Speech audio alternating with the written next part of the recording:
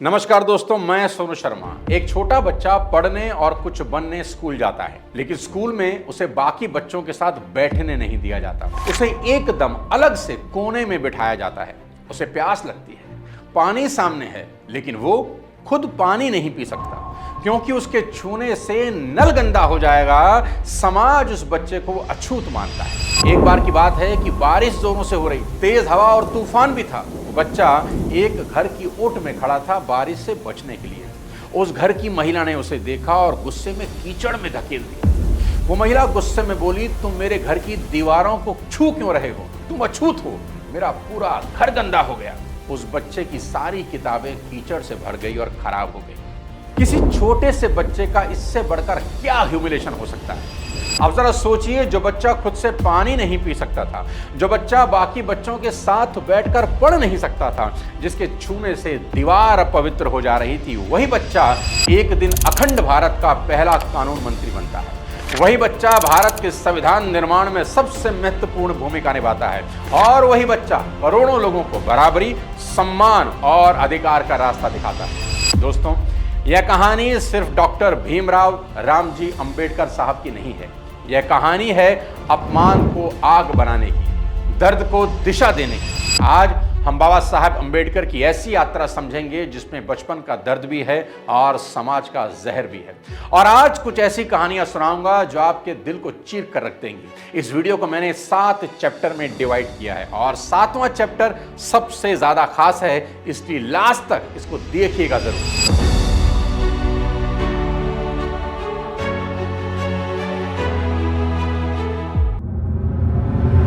बाबा साहेब अंबेडकर का जन्म 14 अप्रैल 1891 को महू में हुआ, जो मध्य प्रदेश में है। उनके पिताजी रामजी मालो ब्रिटिश इंडियन आर्मी में थे।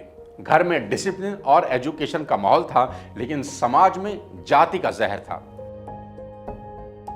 बाबा साहब बचपन से ही पढ़ाई में बहुत अच्छे थे, लेकिन उस समय भारत में एक बहुत बड़ा दुर्भाग्य था। इंसान की योग्यता से पहले उसकी जाति देखी जाती थी।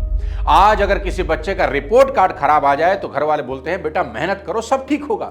लेकिन बाबा साहब के जमाने में समाज कहता था, तुम मेहनत कितनी भी कर लो, तुम्हारी जगह नीचे ही है। जिस स्कूल में वो पढ़ते थे वहां उन्हें अपने भाई के साथ आखिरी सीट पर कोने में बिठाया जाता था, वो भी घर से लाई बोरी के ऊपर। और स्कूल खत्म होने के बाद उन्हें अपनी बोरी, जिस पर बैठकर वो पढ़ते थे ना, साथ उठाकर ले जानी पड़ती थी, क्योंकि स्कूल का चौकीदार उस कपड़े को छूता तक नहीं था, क्योंकि उस पर बाबा साहब बैठे थे। और वजह थी अंबेडकर जी की जाति, जिसे अछूत कहा जाता था। पर इससे भी ज्यादा दर्दनाक कहानी है उनके पानी पीने को लेकर। स्कूल में उन्हें पानी पीने के लिए खुद घड़े और नलके को छूने की परमिशन नहीं थी। कहा जाता था उनके छूने से नल गंदा हो जाएगा। अगर उन्हें प्यास लगी है ना, तो किसी ऊंची जाति के चपड़ासी या व्यक्ति को वहां आना पड़ता था और तब तक सिर्फ उनको इंतजार करना है। सोच के देखिए कि ये कितना इंसल्टिंग हो सकता है कि किसी एक बच्चे के लिए कि आपको प्यास लगी है, पानी सामने है और आप पी नहीं सकते। और जब चपड़ासी आता था ना, तो वो उन्हें दूर से पानी डालता था। उन्हें घुटनों के बल बैठकर हाथ मुंह के आगे रखकर पानी पीना पड़ता था, क्योंकि अगर बाबा साहब वह बर्तन छू लेते तो बर्तन अपवित्र हो जाता। जब टीचर उन्हें ब्लैक बोर्ड पर सवाल को सॉल्व करने के लिए बुलाती तो कई बच्चे घबरा जाते थे। क्यों? क्योंकि उनके टिफिन ब्लैक बोर्ड के पास रखे होते थे। बच्चे डरते थे कि अगर बाबा साहब ब्लैक बोर्ड के पास गए और उनके टिफिन को छू लिए तो उनका टिफिन अपवित्र हो जाएगा। बचपन में एक बार बाबा साहब अपने भाई बहनों के साथ अपने पिता से मिलने गए। स्टेशन पर उतरे और आगे जाने के लिए उन्हें बैलगाड़ी चाहिए थी। गाड़ीवान पहले तैयार हो गया, लेकिन जैसे ही उसे पता चला कि ये बच्चे महार जाति के हैं, यानी अछूत हैं, तो उसका व्यवहार बदल गया। उसने उन्हें गाड़ी में बैठाने से इनकार कर दिया। बहुत गिड़गिड़ाने के बाद वह मान तो गया, लेकिन उसने एक शर्त रख दी। जानते हैं क्या?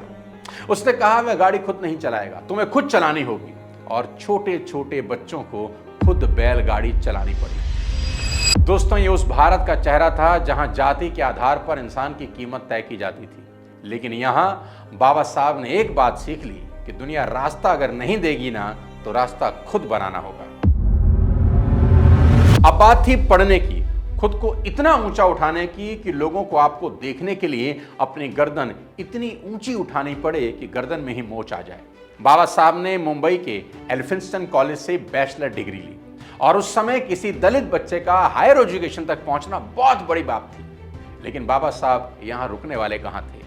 उन्होंने अमेरिका की कोलंबिया यूनिवर्सिटी से एमए और पीएचडी की, फिर लंदन स्कूल ऑफ इकोनॉमिक्स से एजुकेशन ली, कानून पढ़ा, अर्थशास्त्र पढ़ा, राजनीति पढ़ी, समाज को समझा, धर्म को समझा। दुनिया ने जब उन्हें ह्यूमिलेट किया, उन्हें अछूत कहा, उनका अपमान किया, तो उन्होंने तलवार नहीं उठाई, उन्होंने किताब उठाई। कहते हैं उस जमाने में उनके पास देश में किताबों का सबसे बेहतरीन कलेक्शन था।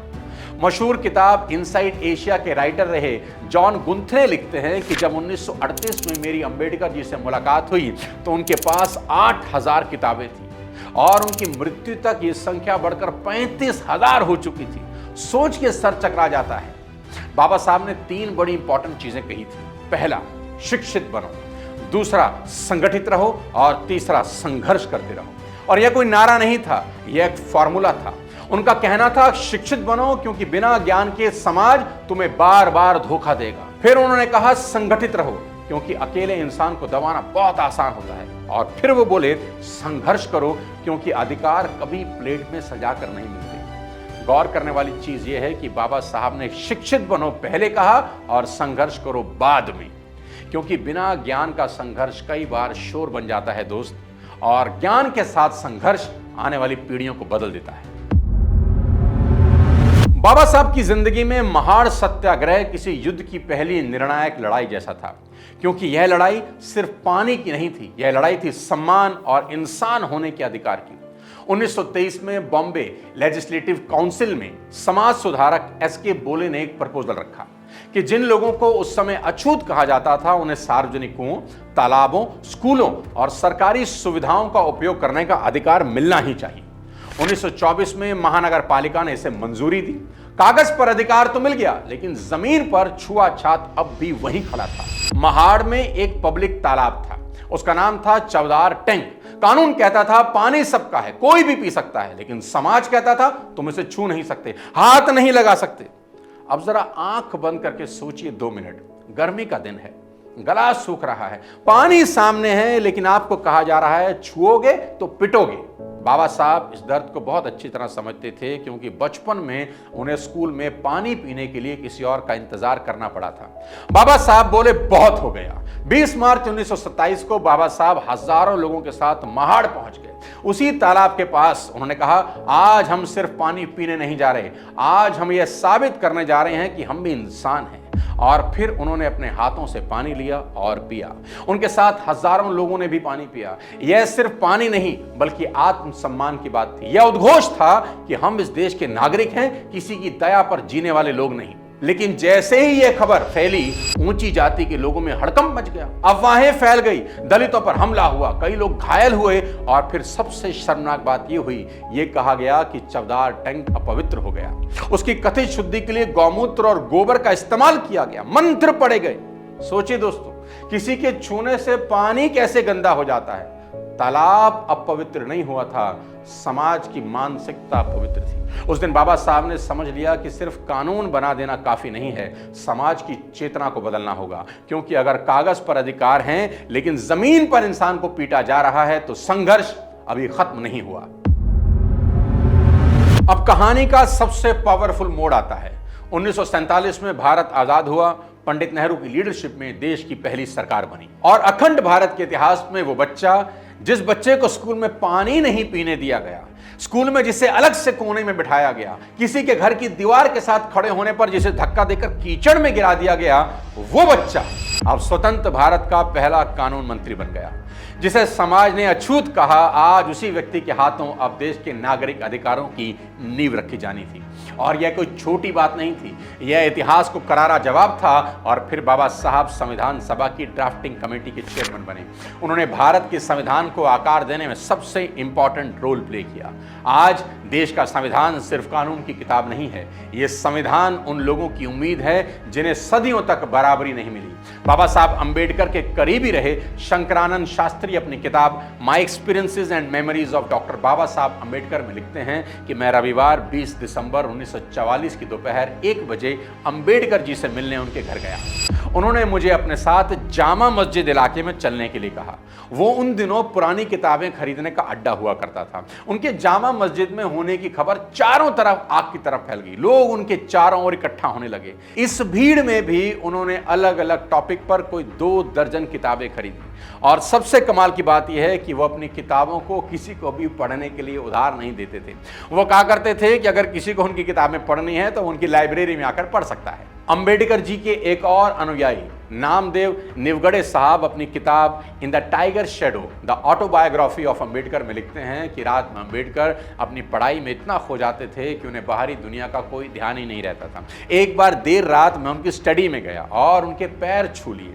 बाबा साहब ने बिना ऊपर देखे कहा, टॉमी ये मत करो। टॉमी उनका कुत्ता था। जब बाबा साहब ने ऊपर देखा और सामने नामदेव जी को पाया तो वो थोड़ा झेंप गए। अब आप जरा सोचिए कि पढ़ाई में कितनी गहरी होगी उस इंसान की रुचि कि इंसान को लगे कि पैर किसी व्यक्ति ने नहीं, कुत्ते ने छुए हैं। बाबा साहब का जीवन बहुत साधारण था। वो टाइम को सोने से भी ज्यादा कीमती मानते थे। जब कोई उन्हें बाहर खाने पर बुलाता तो बाबा साहब साफ कह देते थे कि अगर दावत देनी है तो खाना मेरे घर भेज दो। बाहर आने जाने और बेकार की बातों में मेरा 1 घंटा बर्बाद होगा, मैं उस 1 घंटे में कोई बेहतर काम कर सकता हूं। सोचिए दोस्तों, हम लोग 1 घंटा बचाने के लिए नहीं, 1 घंटा काटने के लिए मोबाइल खोलते हैं। और बाबा साहब वो 1 घंटा बचाकर इतिहास लिख रहे थे। इतना बड़ा नेता, इतना बड़ा विद्वान, लेकिन न शराब, न स्मोकिंग, न दिखावा, खाना भी बेहद सिंपल। बाजरे की रोटी, थोड़ा सा चावल, दही और थोड़ी सी मछली। आजकल थोड़ा पैसा आते ही लाइफस्टाइल बदल जाती है। लोग कहते हैं भाई स्टेटस मेंटेन करना पड़ता है, लेकिन बाबा साहब ने सिखाया कि स्टेटस कपड़ों से नहीं, ज्ञान से बनता है। कहते हैं बाबा साहब कभी कभी खुद खाना भी बनाते थे। एक बार उन्होंने अपने हाथों से 7 पकवान बनाए और मेहमानों को खिलाया। उन्हें मूली और सरसों का साग बेहद पसंद था। अब जरा सोचिए, भारत की एग्जीक्यूटिव काउंसिल का लेबर मेंबर अपने हाथ से खाना बना रहा है। और आजकल कुछ लोगों को डेजिग्नेशन मिल जाए तो आदमी चाय का कप खुद नहीं उठाता। कहते हैं बाबा साहब को बागवानी का बड़ा शौक था। किताबों के बीच रहने वाला आदमी पौधों से भी प्यार करता था। संघर्ष से भरा हुआ आदमी फूलों में भी सुंदरता देखता था। वे कुत्तों से बहुत प्रेम करते थे। एक बार उनके पालतू कुत्ते की मौत हुई तो बाबा साहब फूट फूट कर रो पड़े, क्योंकि बाबा साहब बाहर से तो चट्टान थे लेकिन अंदर से कोमल इंसान की तरह थे। यही उनकी महानता थी। सीख क्या है? बड़ा आदमी वह नहीं जो छोटे काम करने में शर्म करे। बड़ा आदमी वह होता है जो बड़े पद पर बैठकर भी इंसान बना रहे। बाबा साहब ने हमें सिखाया, समय बचाओ, ज्ञान बढ़ाओ, जीवन सरल रखो और दिल को कठोर मत बनने दो, क्योंकि जिंदगी में ऊंचाई पर जाना बड़ी बात नहीं है, ऊंचाई पर जाकर भी विनम्र रहना बहुत बड़ी बात है। अपने जीवन के अंतिम पड़ाव में बाबा साहब ने वायलेंस सीखना शुरू किया। उनके सचिव रहे नानक चंद रत्तू अपनी किताब last few years of doctor Ambedkar में लिखते हैं, एक दिन मैंने उनके बंद कमरे में चुपके से झांक कर देखा।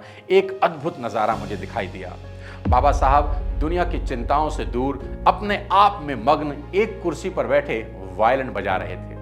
मैंने जब ये बात घर में काम करने वाले लोगों को बताई तो सबने बारी बारी जाकर वो अद्भुत नजारा देखा और सभी बेहद खुश हुए। बाबा साहब ने जीवन भर जाति व्यवस्था के खिलाफ लड़ाई लड़ी। उन्होंने बहुत पहले कह दिया था कि मैं हिंदू के रूप में पैदा जरूर हुआ हूं, लेकिन हिंदू के रूप में मरूंगा नहीं।